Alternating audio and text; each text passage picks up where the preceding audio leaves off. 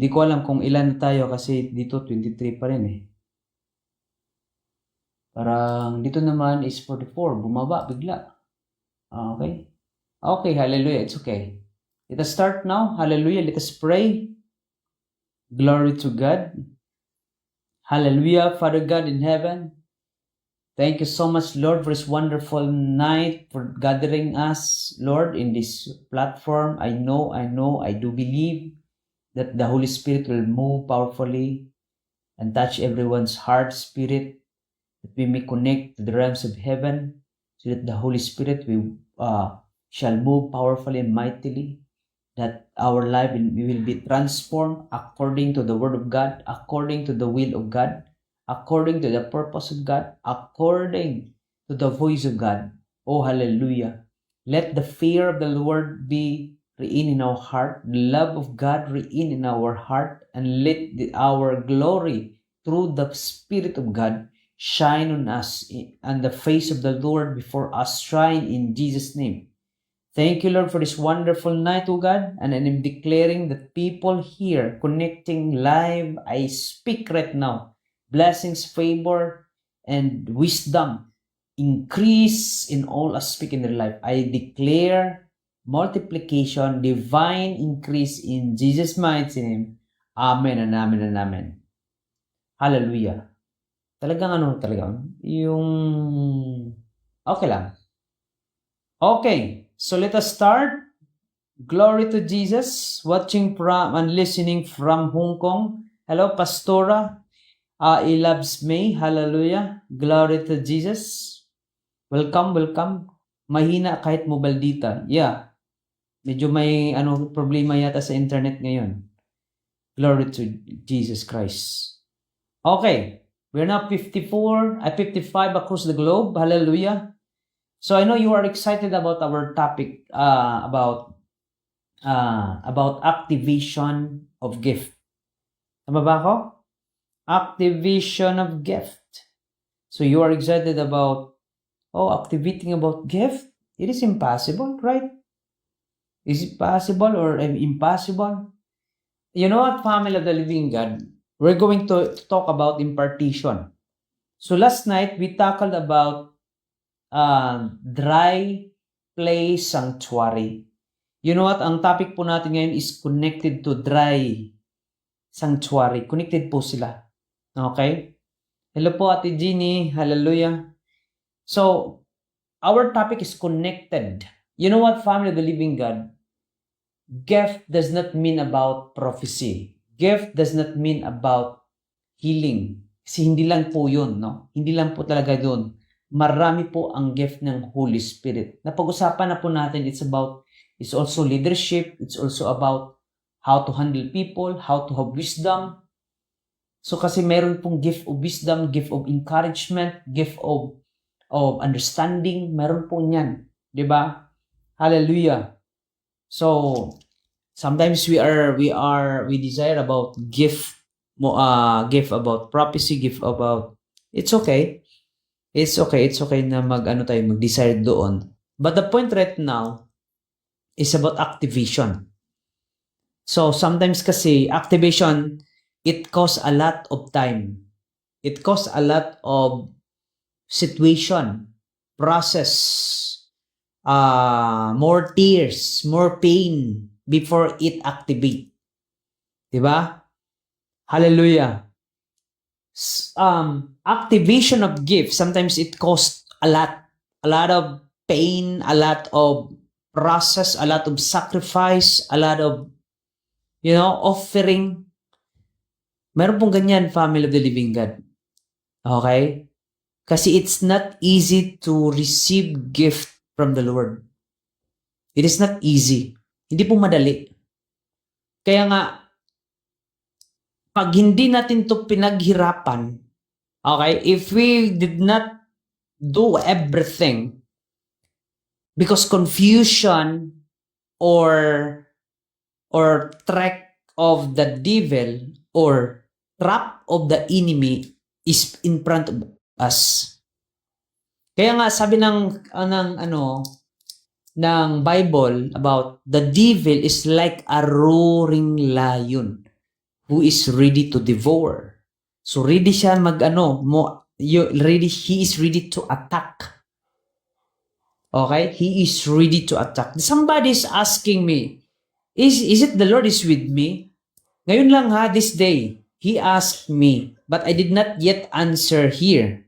Hindi ko siya sinagot. This is my purpose. I want you to understand everybody. No? Gusto kong maintindihan niyo po. Ang Panginoon po ay kasama niyo. Ang tanong lang ngayon, ikaw ba ay sa Kanya? Because God is already in you. Because your DNA, your blood, your bones, your flesh, your hair, comes from the Lord. Isipin mo na ito ng mabuti. God created you for His purpose. Andyan na yan. Ephesians chapter 1 verse 4, sinabi ng Panginoon doon, sinabi ng Bible, na you are being chosen before the creation of the world for holiness. Okay, litas Kopyahin ko muna ha. Hallelujah, hallelujah. Buksan ko muna si Glory to Jesus, si Bible ko dito. So kung mayroon kayong diyan, no? Please paste na lang, no? Paste nyo na lang po si Ephesians chapter 1 verse 4. Hallelujah, hallelujah. Glory to Jesus Christ. Ayan. So kung mayroon kayong Bible dyan, hallelujah. Ano yan? Glory to Jesus. Hindi ko pala nakopya. Kung mayroon kayong Bible, please paste po. Iba pala yung gamit ko na Okay. Ayan. Okay, baka mabigla kayo sa account ha. Isa lang din yan. Ayan, i-pin ko na po. Pin, hindi po pain. Ayan. Even as He chose us in Him before the foundation of the world, that we should be holy, blameless before Him in love. Okay, ito din na version, Ephesians 1:4. Just as He chose us, Him before the foundation of the world, that we should be holy and without blame before Him in love. So we've been chosen by God. Pinili na tayo ng Panginoon. We've been chosen. The Lord God has already chosen us. Bakit? Paano po nasabi yan, Pastor? Ang sama-sama ng buhay ko, ang daming problema. I have a lot of problem that I've encountered. Hindi mo kasi nag-gets yung punto. God selected you for a certain purpose, but you did not move to the certain reason. Okay, you know God, but you don't know Him well. But God knows you well. Kilala ka ng Panginoon, hindi mo lang siya kilala ng maayos. Okay? Kilala ka ng Panginoon, He knows your numbers of your days, He knows the number of your hair, He knows everything on you, but you don't know Him. This is not the question. If God is choosing me, why I did not feel? Hindi mo naintindihan kasi God does not look at your feelings. God does not look at your feelings. Okay? Hallelujah. Bakit ganito yung topic natin? Okay, litas saglit lang, hawakan lang mo natin yung mga ibang because since we are still in 9:8. Okay. Now, God does not look at your feelings, your emotions. God is looking for you for transformation. Okay? He does not look your emotion. He does not look for your feelings. He look for transformation. Hallelujah. Amen. Okay? So activation of gift, it relates to transformation. So let us start with impartation. Impartation means you are receiving an access through somebody's pray over. Yan. Pray over. let us, for example, about the life of David. You know what? Why the Lord God command Prophet Samuel to anoint David and even Saul. If there will be no anointing, there will be no appointment. You've been chosen by God, but you need to receive anointing for appointment. You've been anointed because you've been chosen, but the season was not yet to come, was not yet ripe. Hindi pa yung tamang panahon. But this season, that's my point, in anointing for appointment, that's the season or what we call Kairos season. So the Kairos season makes things possible, make things visible. Yun po yung reason. Yan po yung tinatawag natin. That's what we call, in another term, right time. Because it makes things visible. Okay? Noon, you have been desiring, oh, I want to serve God, but now that you've been anointed for appointment, everything visible. Before you are dreaming it, before you are desiring it, but now it is visible. Okay? So that's the meaning of the activation of gift from impartation. Because by someone. But listen carefully. Anointing of the Holy Spirit is different from anointing comes from appointment. Anointing appointment. Anointing an appointment. Now, anointing of the Holy Spirit is a different kind of appointment in a spiritual matter. So we know that there is activation of healing, miracles, signs, and wonders. And even prophecy. And even apostolic anointing. Okay? But not all receive anointing and appointment activate. Hindi po lahat. Kaya nga kailangan natin mapag-usapan ito. Oh, hallelujah. Glory to God. Kailangan natin mapag-usapan ito. Not all who receive anointing or impartation, kasi when we talk about impartation, you're going to access what I have access. Okay? And different anointing that I'm gonna anoint you for appointment. Anointing for ordination. Ayan. Hallelujah. That's also different. Now, let us open in 2 Timothy chapter 1 verse 6. 2 Timothy chapter 1 verse 6. Hallelujah. 2 Timothy, if you have Bible right there, kindly post verse 6. Glory to Jesus Christ. Hallelujah. Okay, I'm gonna paste here 2 Timothy chapter 1 verse 6. So kindly also put your other version because I'm using ESV. Okay, I'm gonna pin. Hindi pain, ha? Okay. Glory to God. Ayan, nag-post na sila. Therefore, I remind you to stir up the gift of God which is in you through the laying on my hands. Marami pong mga Christian na hindi po naintindihan itong bagay na to.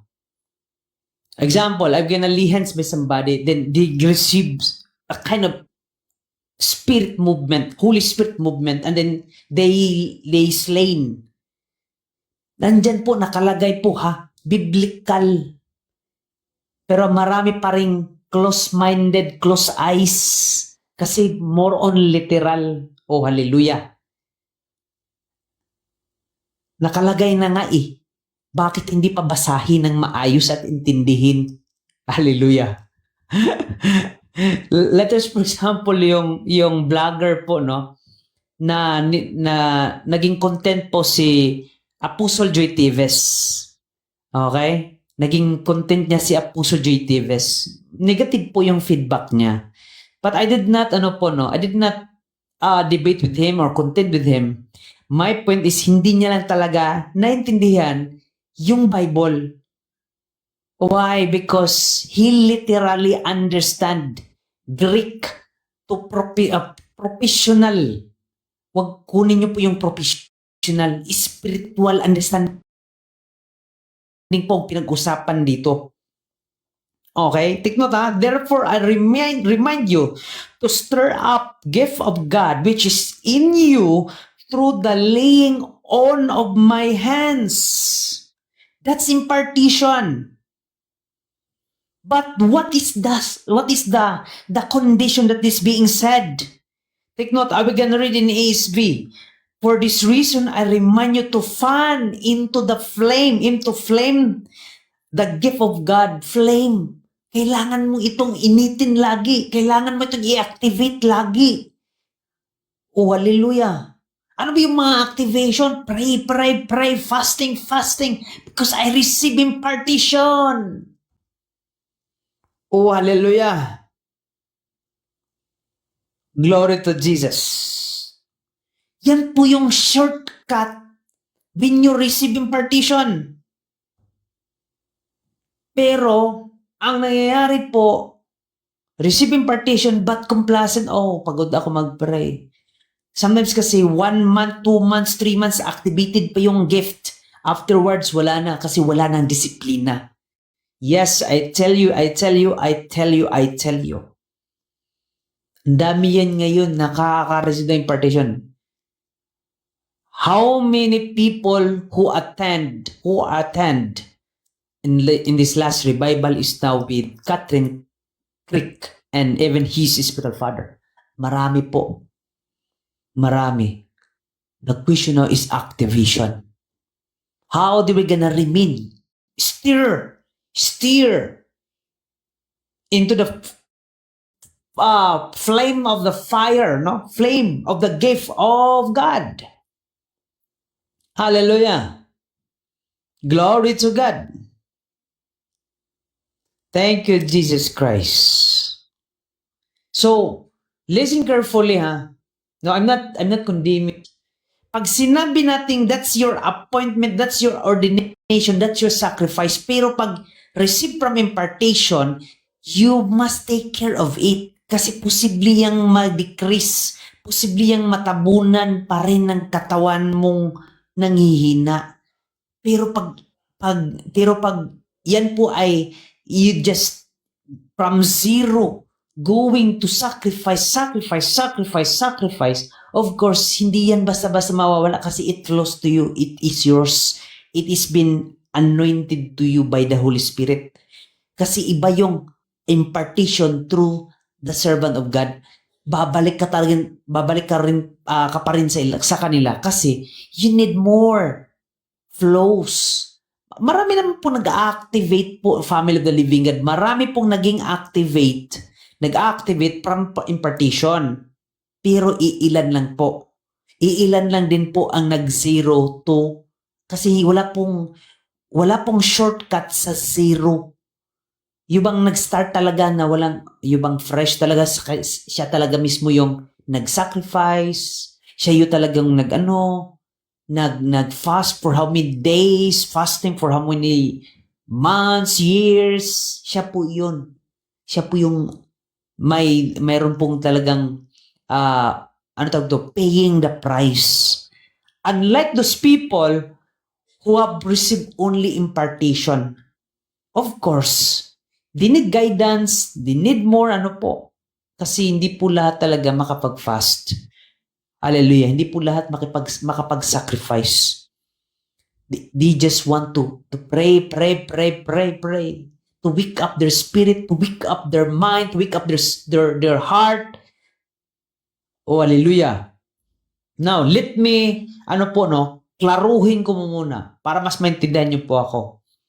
In 2 Timothy chapter 1 verse 6, it talks about impartition. I'm gonna lay hands to activate your appointment. Okay? Example, mag-anoint na ko. Marami na pa akong na-anoint, family of the living God. Marami na pa akong na-impart ng mga tao. And sa 100% na-anoint ko po, there are 70% activated until now. There are 70% activated and there are 80%, take note, 80% receive prophetic appointment. So sa 20% doon, ang nakikita ko struggle. Ang nakikita ko hindi nila inactivate o hindi nila na-maintain. Okay?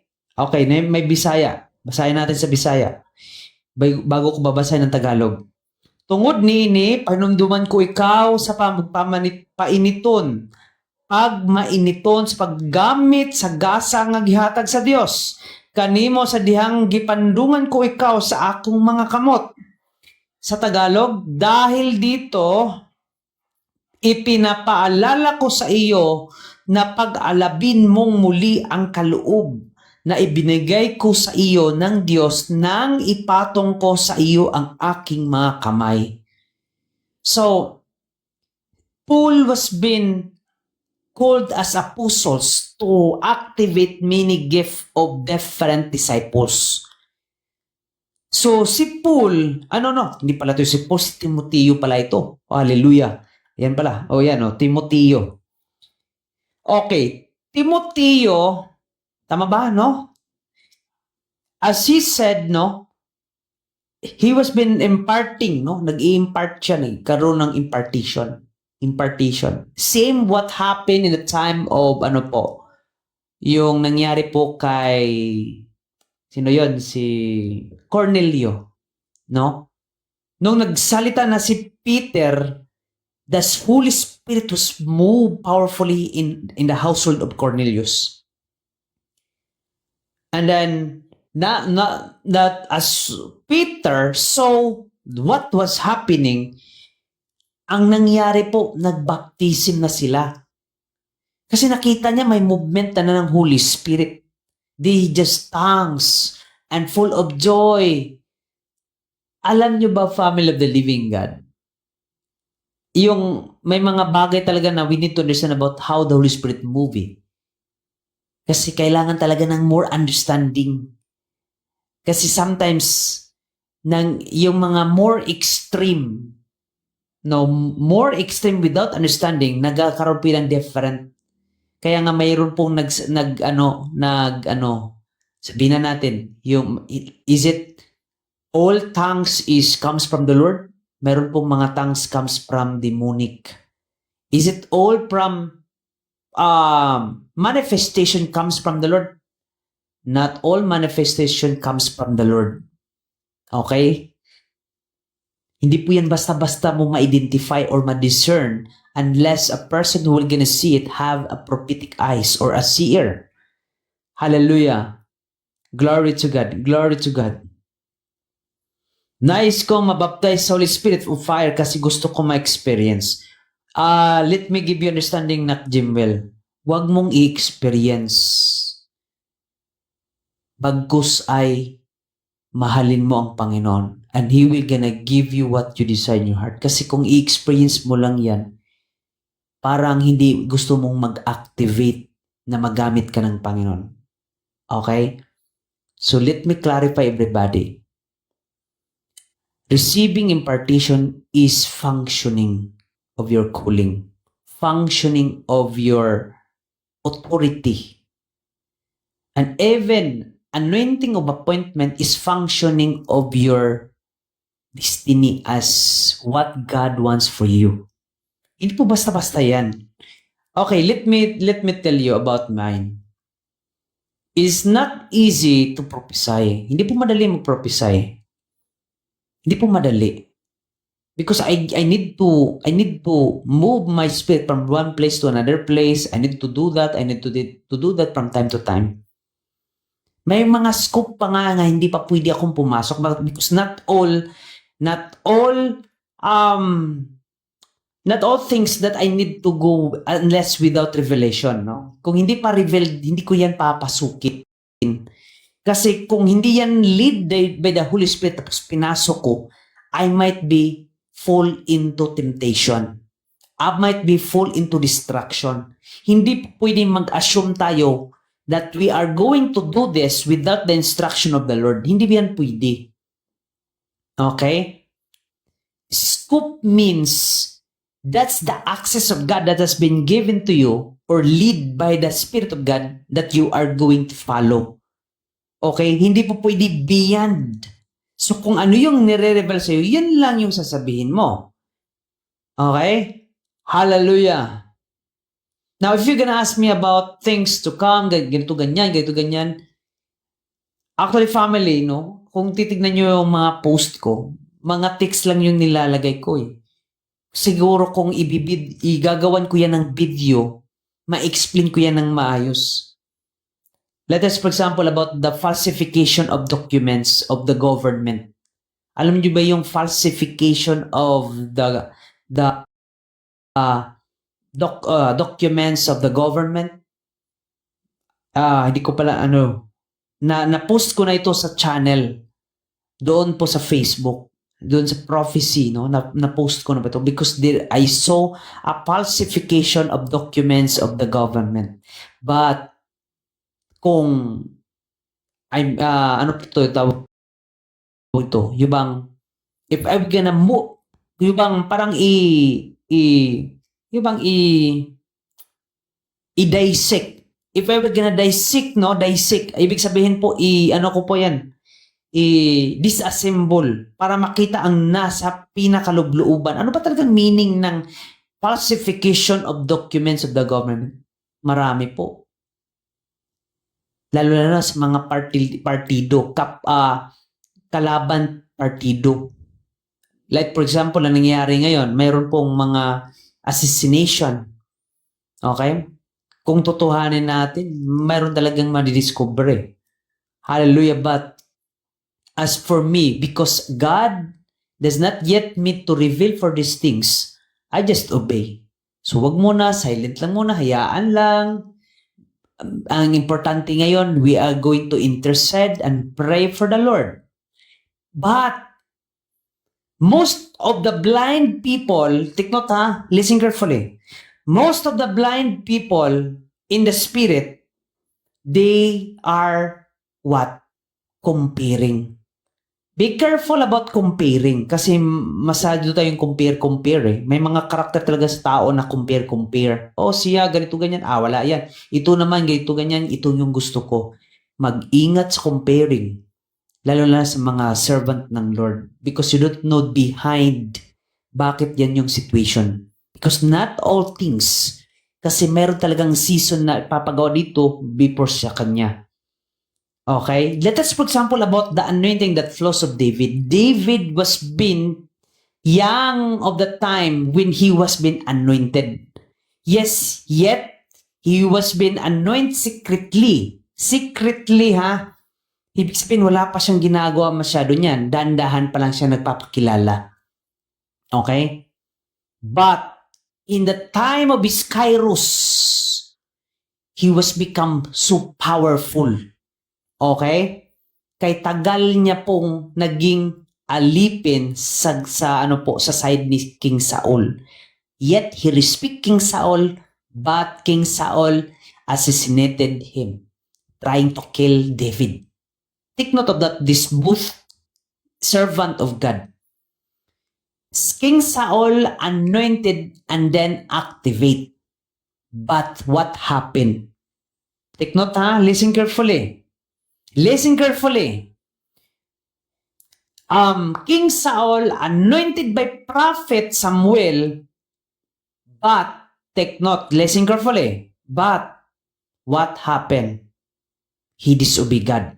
Take note of that. Hindi basta-basta ma-anoint ka. And you need to be careful every single of your action. As long as God leads you, do it. If not, just stop. Okay? Listen carefully. Now, how about the life of King David? Now, the King David, he was remain who he was. Why?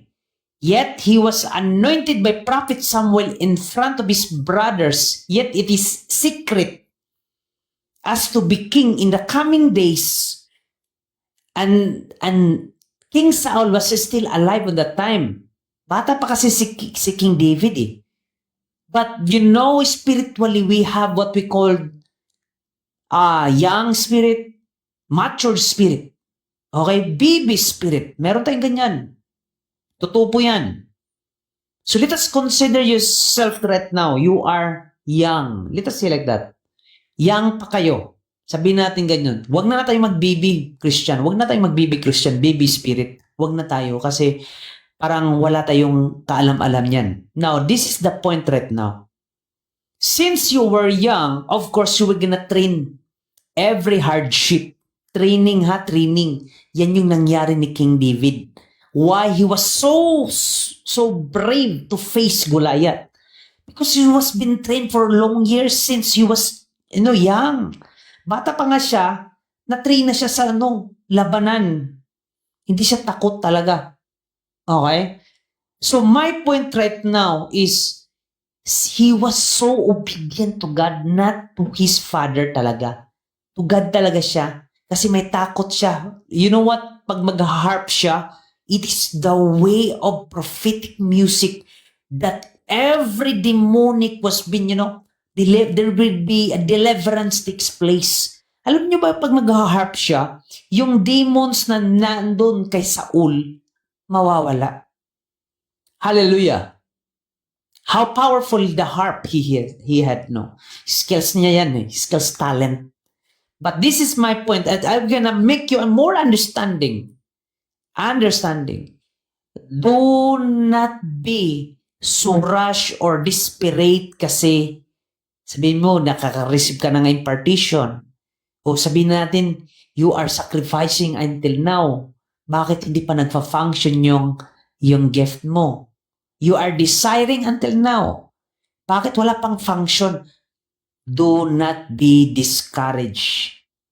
Because there is a season for you to move forward, to rise up. Okay? Hallelujah.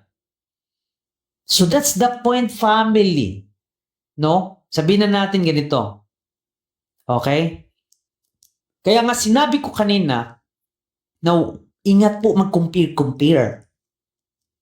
Kasi nakakaroon ka na ng judgmental. Hindi mo lang alam yung behind the revelation of each servant of God. Hallelujah. Do not be immature. Matured Christian does not compare. Take note ha, matured Christian does not compare. Be careful of comparing. So you must, kumbaga, ready, no? Hallelujah. Kumbaga, kung nakita mo, okay, bless. Praise the Lord. Thank you, Jesus. Okay? Hallelujah. Glory to God. Now, I will give you 3 things, family of the living God, for activation of gift. Number 1 is, gift is for good of others. Number 2, activation of gift is for empowerment. Number 3, it is a prophetic gift. Okay, a prophetic gift. Okay, maintindihan nyo ito. Pag ibigay ko sa inyo yung mga verse. Okay. Gift is for good of others. 1 Peter chapter 4 verse 10 to 11. 1 Peter chapter 4 verse 10 to 11. 1 Peter chapter 4 verse 10 to 11. Hallelujah, glory to Jesus Christ. Ayan. I'm gonna paste here. I don't know how many are we. Hallelujah. Hindi ko na alam kung ilan tayo po, no? Kasi naka-freeze na sa Ayan. Glory to Jesus. Glory to Jesus. Okay, baka mabigla kayo sa account, no? Yung Abrendo Monteclaro. That's my another account. Hallelujah. Glory to God. Kaya hindi lang po, no? Follow po that also account. As each has received a gift, take note. Use it to serve one another as good stewards of God's varied grace. 11, whoever speaks as one who speaks oracles of God. Whoever serves as one who serves by the strength that God supplies, in order that in every God may be glorified through Jesus Christ. To him belong glory and dominion forever and ever. Amen. Now, this is my point. God give you gift to serve others. So as you use the gift of the Spirit of God for the good of others, the Father in heaven may glorified. He always be glorified. Why? Because he used the gift of the Spirit of God for the goodness of others.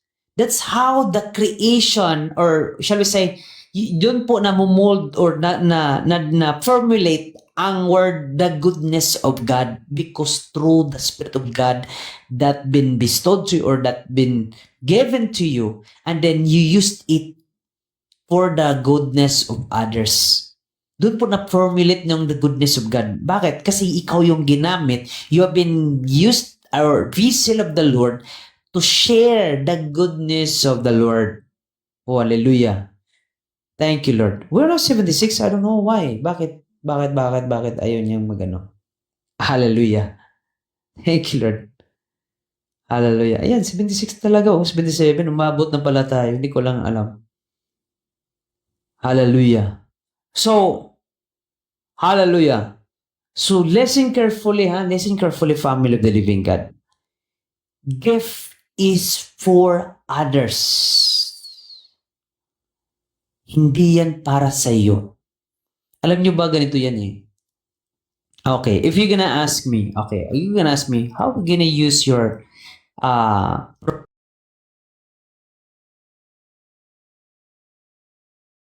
prophetic gift, pastor? Or how are you gonna use your prophetic gift, reverend? Sabihin natin ganyan. For me, I've been listening to the Lord instruction. If I will gonna feel that I need to dryness, I need to another dryness na naman. So I will gonna do it again. Kasi gusto ko yung pabalik-balik ako doon sa saan po ako nagsimula.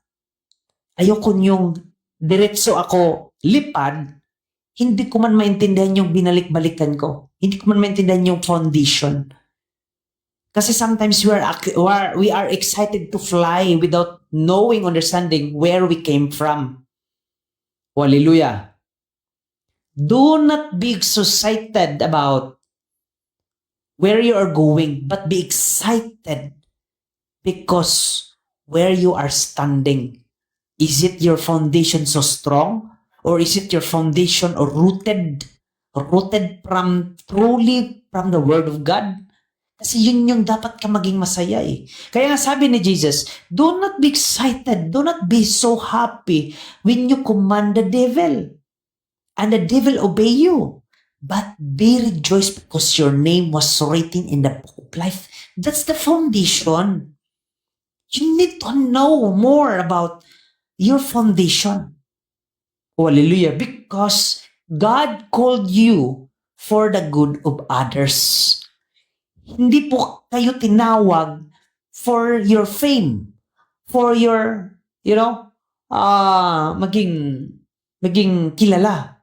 Or let us say, for your pride, for your self-purposes. No.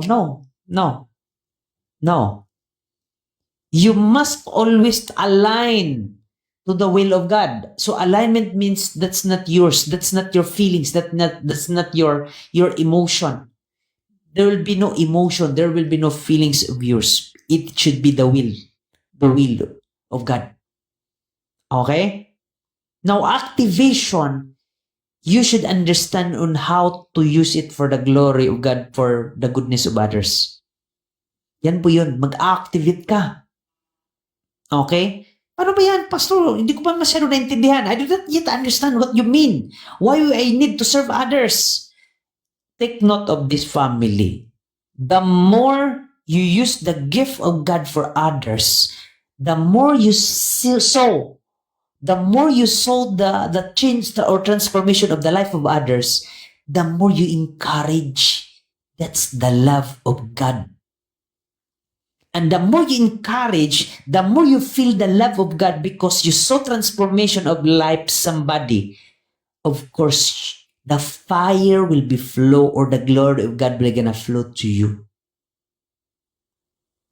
Hallelujah. We are now 78. God bless you, Nak Simon. Hallelujah. Listen carefully, family of the living God. Okay? Ipaintindi ko talaga sa inyo ng ano talaga. Para mas maintindihan nyo, para ano talaga, mailagay sa puso. Kasi this is the most important. Okay? Hallelujah. We're now on 9:39. Now, kasi family of the living God, gift is not for yourself. That's the shortcut.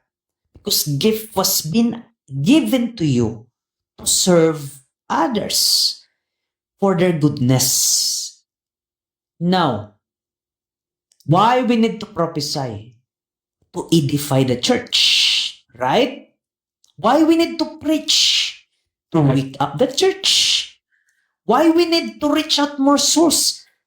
To expand the kingdom of God. It is always for the goodness of others, not for yourself. But sometimes we are making ourselves center. Nilalagay natin center tayo, hindi ka makapag-move kasi wala ako, hindi ka... Oh, stop it. Stop it. Stop that madness. Stop that foolishness. God can remove you or replace you from that position. Okay.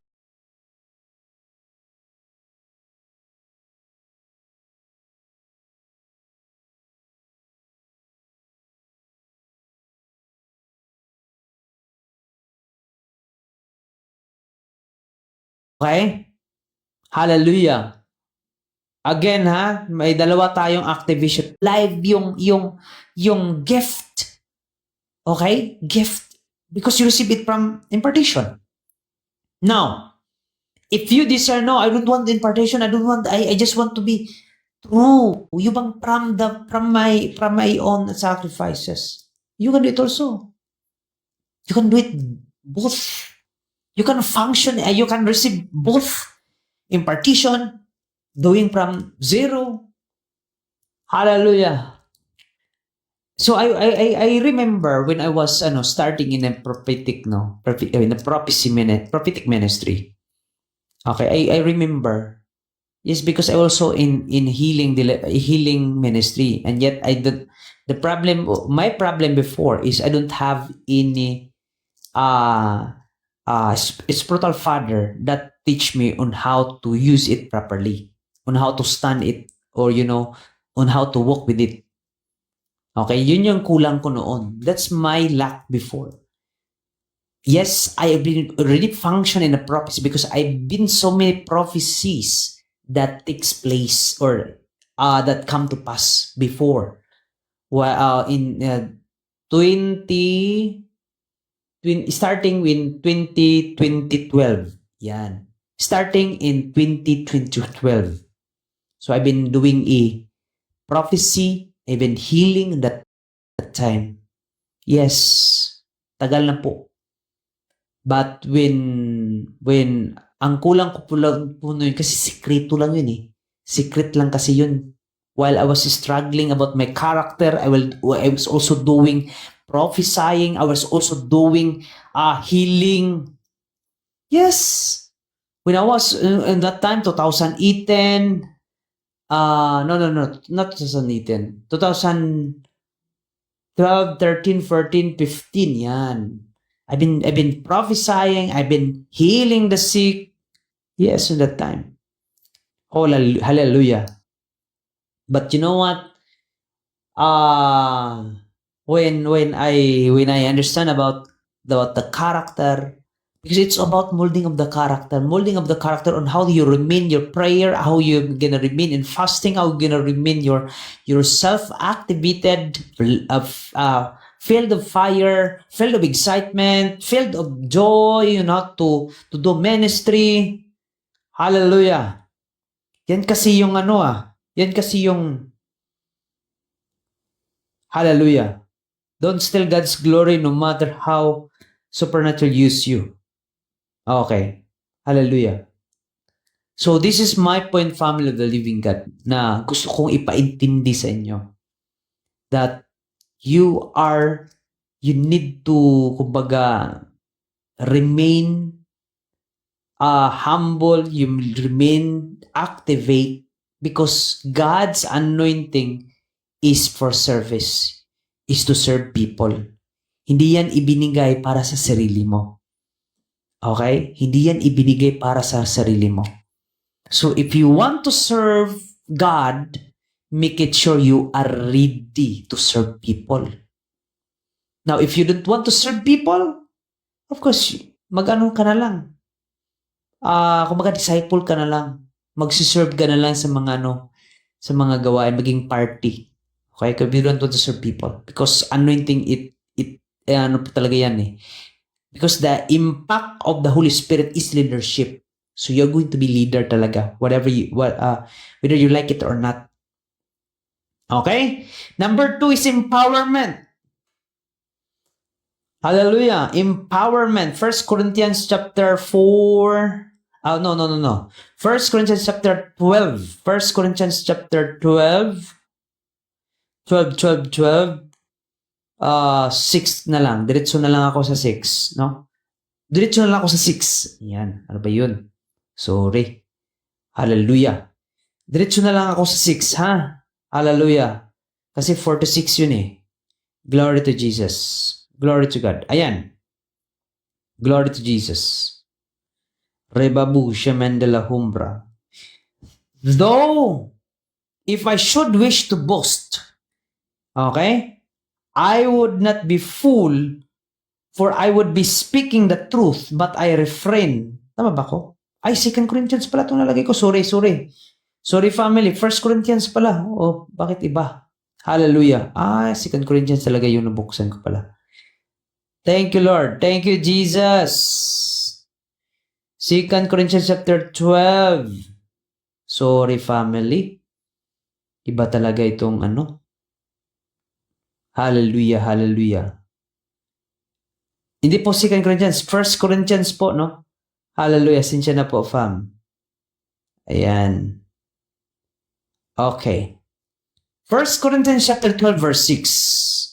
And there are variety of activities. Take note na, variety of activities. Ang dami pong gawain. Klase-klase. But it is the same God who empowers them all and everyone.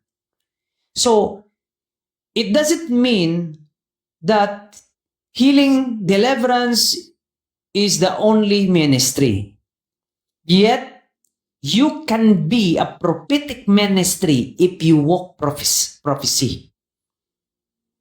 So you will be empowered when somebody tells you about your calling. You will be empowered when somebody says prophecy about your life. You will be empowered when the Lord God gives you strength. Oh, hallelujah. Meron nga akong na-prophecy kanina. Sinabi ko ganito, ganyan. 1 Corinthians po, 1 Corinthians. Hindi po 2 Corinthians. 2 Corinthians po. Sinsya na family. Okay. You will be empowered. Okay? Afterwards, we're gonna elaborate pa. Para mas maintindihan nyo po. Now, the last one is prophetic gift. Kanina is gift is for good of others. Number 2 is empowerment. Bakit talaga may mga gawain? Bakit may mga gawain? Take note of this, family of the living God. What does it mean about empowerment? Example empowerment. Ano ba yung empowerment? Hindi po pwede, family of the living God, na you are napakagaling mo sa Battle of the Band. Hindi yan empowerment. It is praising, worshiping. Kaya nga nagkakaroon na ng demonstration of performance instead of demonstration of the movement of the Holy Spirit. Kasi performance-based na. Now, select a games that can be empowered. Select an activity that can empower others. So that's empowerment. Okay? Hallelujah. Empowerment ang pinag-usapan natin dito. Hallelujah. Alam niyo ba yung mga nangyayari ngayon sa mga churches? Volleyball, basketball. Hindi ko naman ano yung mga tamborin, hindi ko naman ano ha. Yun yung punto ko lang kasi yung empowerment talaga. Mai-empower ka about sa mga activities and then receive the Holy Spirit as I lay hands on you. Yun yung mga seminars, yun yung mga empowerment, revival, healing crusade, deliverance crusade, prophetic crusade. Those are empowerment. Hallelujah. Hindi yung mga maglaro muna tayo, magkain-kainan. Hindi yon. Ang dami yan ngayon sa mga activities sa mga church, parang normal na lang eh. Kaya nga mahirap po ang empowerment. Hallelujah. Okay? Iba't iba ang gawain, ngunit isa lamang ang Diyos na kumikilos sa mga taong gumagawa ng mga iyon. Ayan. Now, the last one is prophetic gift. 1 Timothy chapter 4, verse 14. 1 Timothy chapter 4, verse 14. Ayan. Ito na yung punto na naman natin, family. Glory to Jesus. Ayan. 1 Timothy chapter 4, verse 14. Ayan. Tignan niyo po, family. Do not neglect the gift you have, which was given you by prophecy. Prophecy. When the council of the elders laid their hands on you. Oh, another prophecy na naman. Hallelujah. This is a prophetic gift. Prophetic gift. Somebody saying to you, this is your job. This is that the Lord said to your life. This is what you're going to do. Because this is prophetic gift. Ang dami ngayong tumatawa talaga. Yung pinag-usapan natin kanina na lay hands. Tapos na-slain ka. Tapos yung iba ang tingin, hindi yan totoo. Biblical yan eh. Biblical yan, family of the living God. Oh, hallelujah. Ayan o. Sinax Mel Subayda, nilagay din niya. Do not neglect the gift that is in you, which was given to you by prophecy. Take note, by prophecy. With the laying of the hands of the eldership. Wow. So, somebody's gonna prophesy you. Do it. Ang problema kasi, gusto ko muna naman ng other prophecy. Lagi ka na lang ibang prophecy. Hindi po mga nagawa ang isa. Gawin mo muna ng isa, huwag kang humanap ng iba. Kasi you are just like, tawag doon? Parang hindi nag-work yung faith mo doon eh. Hindi ka naniwala. Huwag ka na lang mag-ask ng prophecy. Hallelujah. Kaya dami ko pong na-encounter family. Mag-chat lang sa akin, Pastor, what you saw to me in the spirit, in the realms of the spirit, sinabihan ko na. So, sunod na araw, balik na naman. Ano ba talaga? Nagawa mo na ba yung isa? Hindi ganito kasi, Pastor. Wala tayong magagawa niyan. Hallelujah. Amen, amen, amen. Be obedience. Somebody I saw in the realms of the spirit. Pero alam nyo, sa mga literal or mga religious spirit, religious church, hindi sila maniniwala dyan. Yung mga nagpo-prophesy as they lay hands, as they prophesy, hindi maniniwala kasi hindi sila talaga naniniwala sa mga prophecy. Kaya nga, alam nyo family, we must not read the Bible by literal, by wisdom of men, but we must read it by wisdom of God and by the Spirit of God. Basahin natin yan. Oh, hallelujah. Kaya nga ang daming mga assuming, ang laki-laki ng mga followers, tapos ang interpretation of the Bible comes from wisdom of men. Hallelujah. Delikado. Huwag mong pabayaan ang kaloob ng ibinigay sa iyo na nang magsalita ang mga propeta at ipatong sa inyo ng mga matatandang pinuno ng iglesia ang kanilang kamay. It is biblical, family. Biblical po ito. Na somebody's work as daily hands, they saw something, oh, you need to do this as the instruction of God. Oh, hallelujah. Ang daming mga kasi literal sila. Hallelujah. Thank you, Jesus Christ. Nakalagay po, biblical ha. At is kayo mismo nakabasa ha. Because we are prophetic Bible. We are prophetic biblical. Ayan, prophetic biblical. Prophetic and biblical. Ayan. Prophetic and biblical discipleship. Kasi biblical talaga basis. At is maintindihan nyo, uy, sinapit nga talaga dito. Nakasulat nga talaga na somebody's will gonna prophesy, mga propeta. Yes, everybody can be prophet. All follower of Christ can be prophet. But the question is, this is now the question, are you ready for sacrifice? Are you ready for paying the price?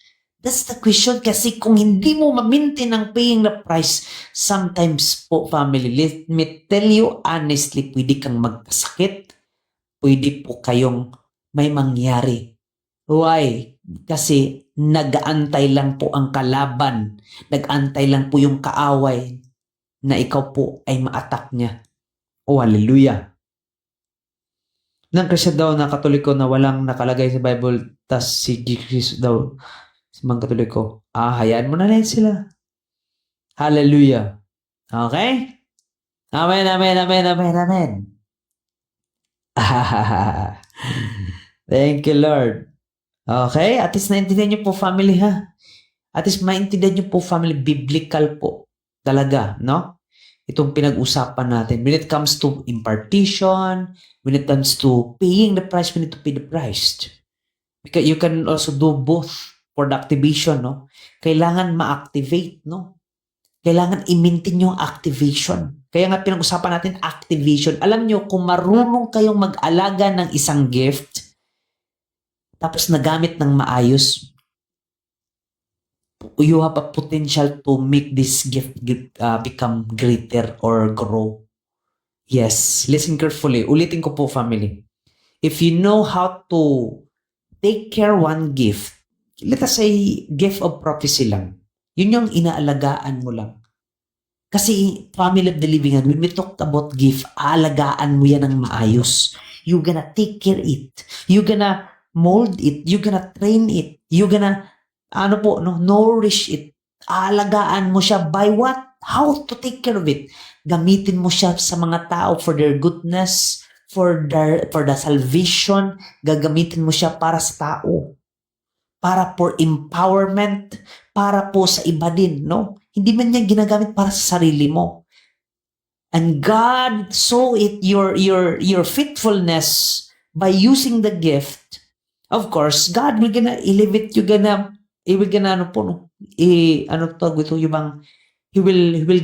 will help you to grow. He will gonna sustain your spirit. He will gonna help you to sustain your spirit. So you must be trusted in just a small gift of God.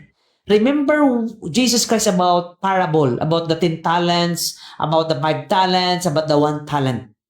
Remember, Jesus 5 talents into 10 talents. And Jesus, it's just a parable, but Jesus meant to be, is pointing about or referring to a certain master. Okay? He referred to a certain master that entrusting servants. So, a certain master gave to a servant about 5 talents, and then he increased it by times 2. And then at 2 talents, I guess 2 talents, if I'm not mistaken, it will make into 3, 5 rather, no? Di ko lang masyado naintindihan, naalala. If I'm not mistaken, no? Kasi 5 and 10 and then 1. So, the last servant, he did not do anything. He just dig a hole in the soil and then put it there and then do nothing. You know what? How the master called him? He was lazy. Take not lazy. Lazy. Hallelujah. Lazy po, no? Lazy, please.